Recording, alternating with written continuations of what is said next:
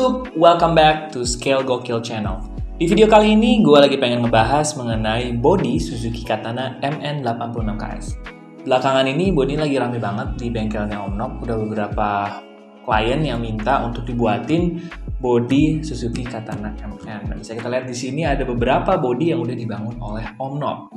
Di sebelah kanan saya ini adalah mobil pribadi dari Om Nop ya. Dan bisa kita lihat di sini mobilnya udah dimainkan sangat maksimal. Begitu banyak lecet ya, baret-baret, patah, ini bekas dempulan nih. Ya, sebelah sini juga ini ada retakan karena memang kita maininnya sangat-sangat siksa ya. Bahkan cupnya aja udah patah. Ini tapi an easy fix sih, bukan suatu kerusakan yang fatal ya. Dan videonya bisa kalian lihat di channel gua. Ada 2 video sekarang ini. Linknya bakal gua kasih di description box down below ya. Dan di tengah gua ini ada mobil Katana juga, tapi masih dalam tahap assembly. Ya. Finishnya masih rough. Dia itu keluaran dari 3D print ya, belum didempul, belum dicat atau apapun. Sambungannya masih kelihatan sangat kasar ya. Dan di sebelah kiri saya ini adalah finish produknya yang udah didempul, udah dicat, dan di furnish, dan hasilnya itu mantap banget. Kilap, kacanya udah ditempel, interiornya juga udah ada. Dan di video kali ini, gue akan lebih fokus di dalam proses perakitan bodi Suzuki Katana 3D print. Karena menurut gue, bodi 3D print itu masih belum banyak yang memberikan penjelasan detail dan juga komprehensif tentang proses perakitannya. Nah, menurut gue itu sangat menarik dan ya, memerlukan keterampilan yang lumayan juga gitu ya. Nah, karena video ini akan cukup panjang, jadi proses dempul dan catnya sehingga mendapatkan hasil seperti ini akan gue pisahkan ke video Scaleology berikutnya. Oke, tanpa basi-basi lagi, kita langsung tonton aja videonya. Yuk!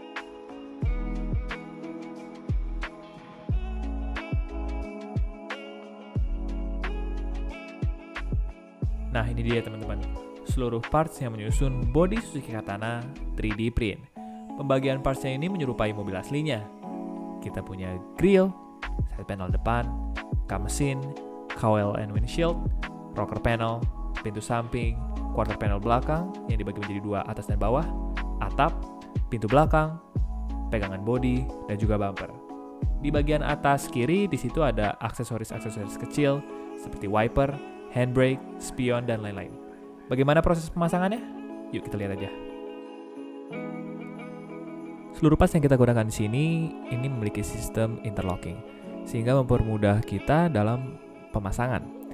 Dan bisa kita lihat di sini, untuk merekatkan satu parts dengan parts yang lainnya, kita menggunakan super glue yang biasa ya. Dan based on experience, lem ini sudah cukup kuat untuk merekatkan kedua bagian ini. Dan seperti yang kita lihat, untuk menggabungkan kedua parts menjadi satu itu tidak terlalu sulit.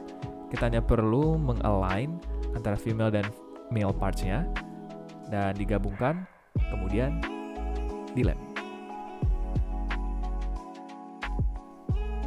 Nah, di sini hal yang perlu diperhatikan juga adalah ketika kita melakukan pengeleman, parts yang dihubungkan itu sebisa mungkin harus rapat, sehingga tidak ada celah yang membuat bodi itu kurang estetik ya. Di sini kita perlu sabar aja, apply lem super glue-nya secukupnya, jangan terlalu banyak, hingga kedua parts itu merekat dengan cukup baik.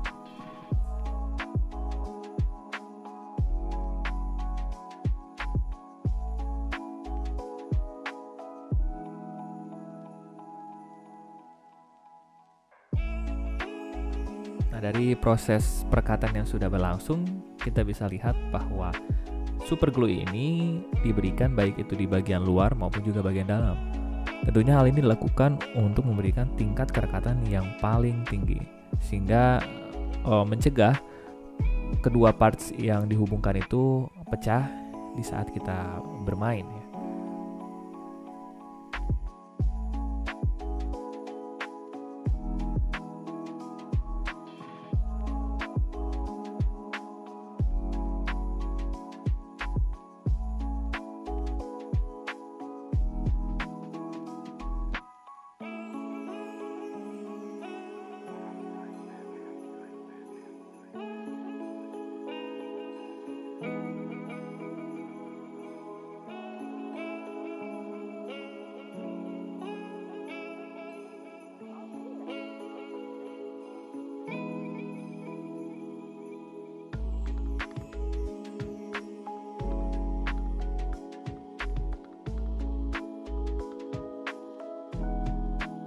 Nah, sekarang kita masuk ke dalam pemasangan atap. Namun sayangnya ada footage yang hilang ketika atap itu dihubungkan dengan body panel yang sudah dirakit sebelumnya. Namun sih sebenarnya prosesnya sama aja. Ada interlocking system tuh antara body panel dengan atap, itu kemudian dihubungkan dan dilem. Dan kita memperoleh hasil seperti ini.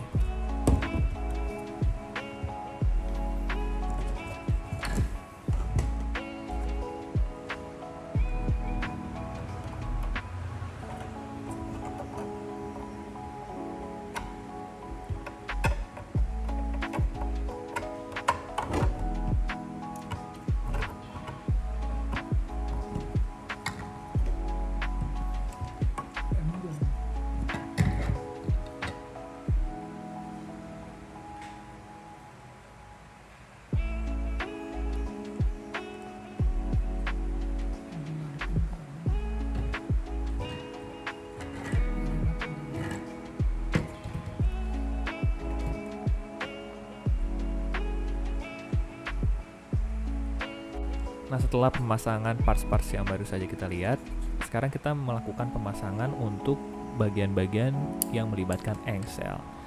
Di sini kita menggunakan paku kecil ya untuk menghubungkan engsel satu dengan engsel yang lainnya. Cuman saya sendiri pun juga kurang tahu secara spesifik jenis paku apa yang digunakan di sini. Tapi intinya paku kecil. Pemasangannya itu memerlukan kesabaran dan juga ketelitian yang sangat tinggi. Kita bisa lihat tadi ini agak-agak tricky ya, karena paku yang digunakan kecil dan lubang dari engselnya sendiri juga kecil dan juga tight. Maka dari itu harus hati-hati. Di sini kita melakukan pre-assembly dulu. Pakunya dimasukkan hanya setengah aja, dan kemudian dihubungkan dengan engsel yang ada di body panel. Kita menggunakan tang kecil untuk memasukkan pakunya. Dan ini harus hati-hati banget karena ada kemungkinan memang engselnya ini patah. Karena kita tidak bisa pungkiri ini adalah bagian yang kecil dan merupakan plastik 3D print yang tipis. Tapi setelah terpasang, it will function very well dan gak terlalu mudah lah untuk patah.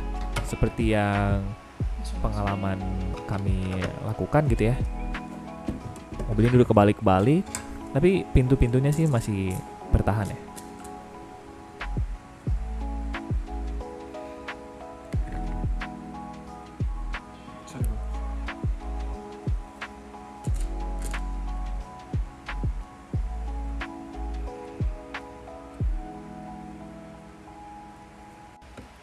Nah, salah satu trik yang digunakan oleh kami ya untuk pemasangan pintu ini adalah pertama dengan memasukkan pintunya dulu ke dalam rongga pintu yang ada. Kemudian kita usahakan untuk pakunya itu kita masukkan. Namun apabila itu sulit, maka pintunya itu akan kita gerak-gerakin ya, keluar dan masuk sampai lubangnya itu align. Dan kita baru coba usahakan agar pakunya itu masuk.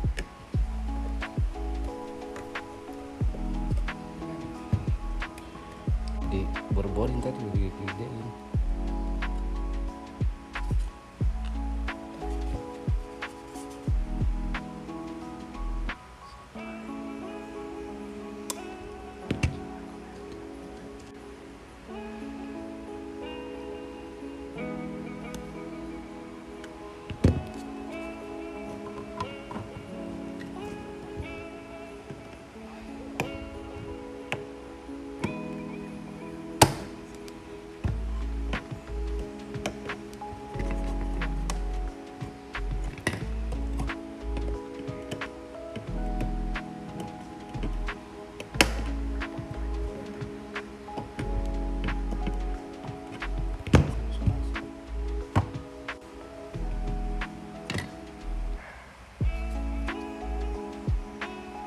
Total parts pada body 3D print ini yang melibatkan engsel itu ada 4 parts.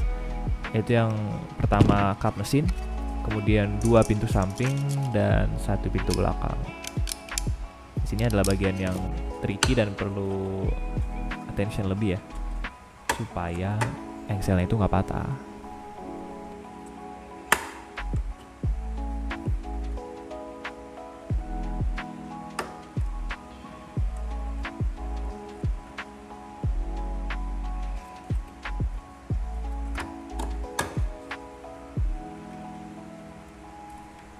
Nah, setelah pemasangan pintu belakang ini, kita sudah menyelesaikan tahap pertama dalam pemasangan body 3D print.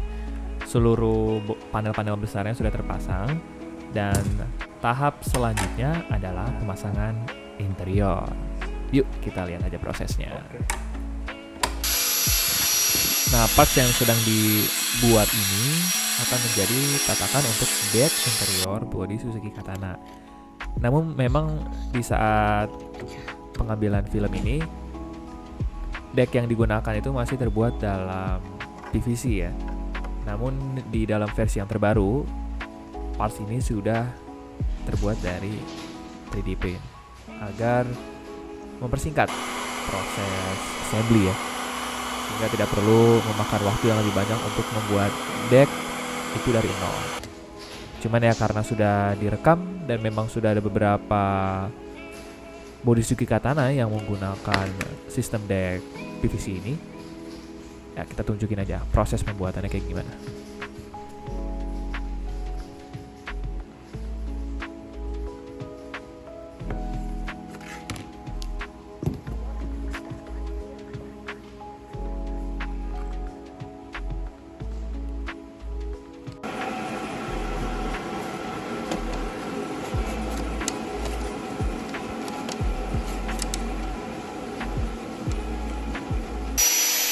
Oh ya, untuk teman-teman mohon perhatiannya dalam menggunakan alat-alat di bengkel itu harap hati-hati ya.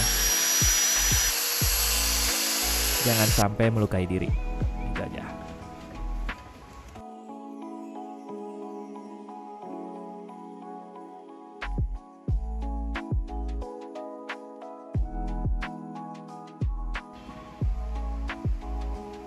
Nah, proses yang sedang dilakukan sekarang itu adalah untuk menentukan area-area mana saja yang perlu dipangkas untuk menjadi rongga atau bukaan untuk transmisi ya. Ya kan, itu ada di tengah, sehingga perlu kita bongkar dikit lah supaya si transmisinya itu bisa ada ruangnya. Dan ini dilakukan supaya body itu nggak terlalu tinggi, sehingga profilnya itu bisa rendah seperti mobil aslinya.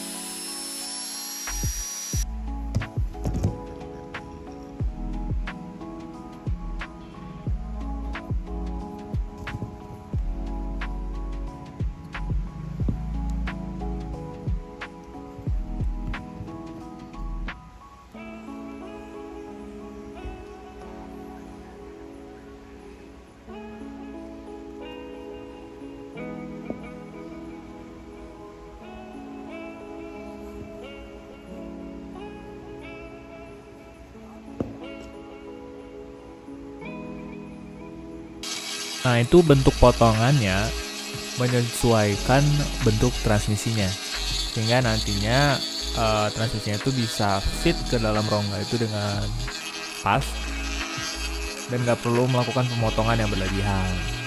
Jadi bentuknya disesuaikan.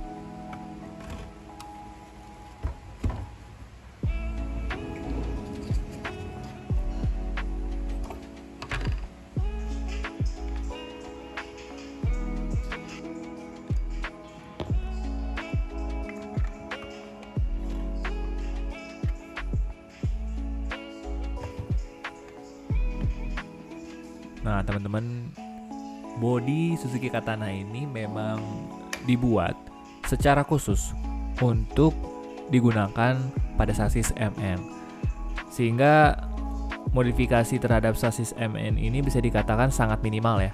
Nggak ada modifikasi untuk pegangan bodi itu menggunakan existing holes, udah ada di sasisnya, tinggal dipasang aja dan dikasih baut.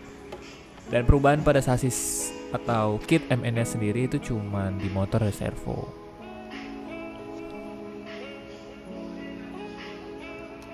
Nah, proses yang sedang berlangsung sekarang ini adalah memasang perintil-perintilan atau aksesoris kecil.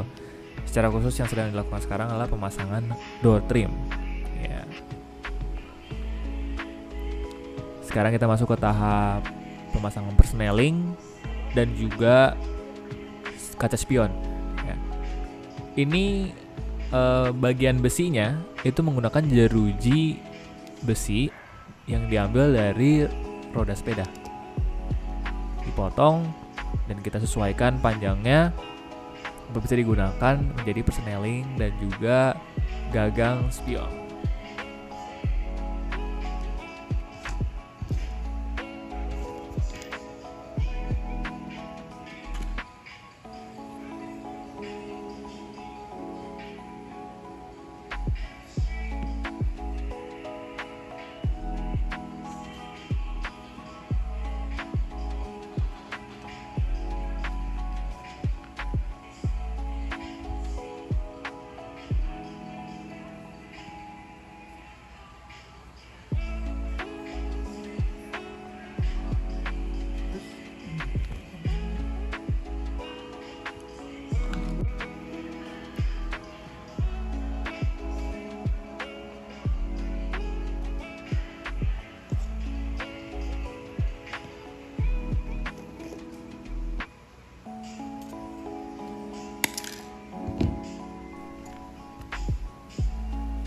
Nah, setelah semua pemasangan tangkai-tangkai ini selesai, kemudian dihubungkan ke dalam bodinya, dan inilah hasilnya. Gitu aja teman-teman untuk video kali ini. Video berikutnya akan lebih in-depth dalam proses pengecatan. See you next time.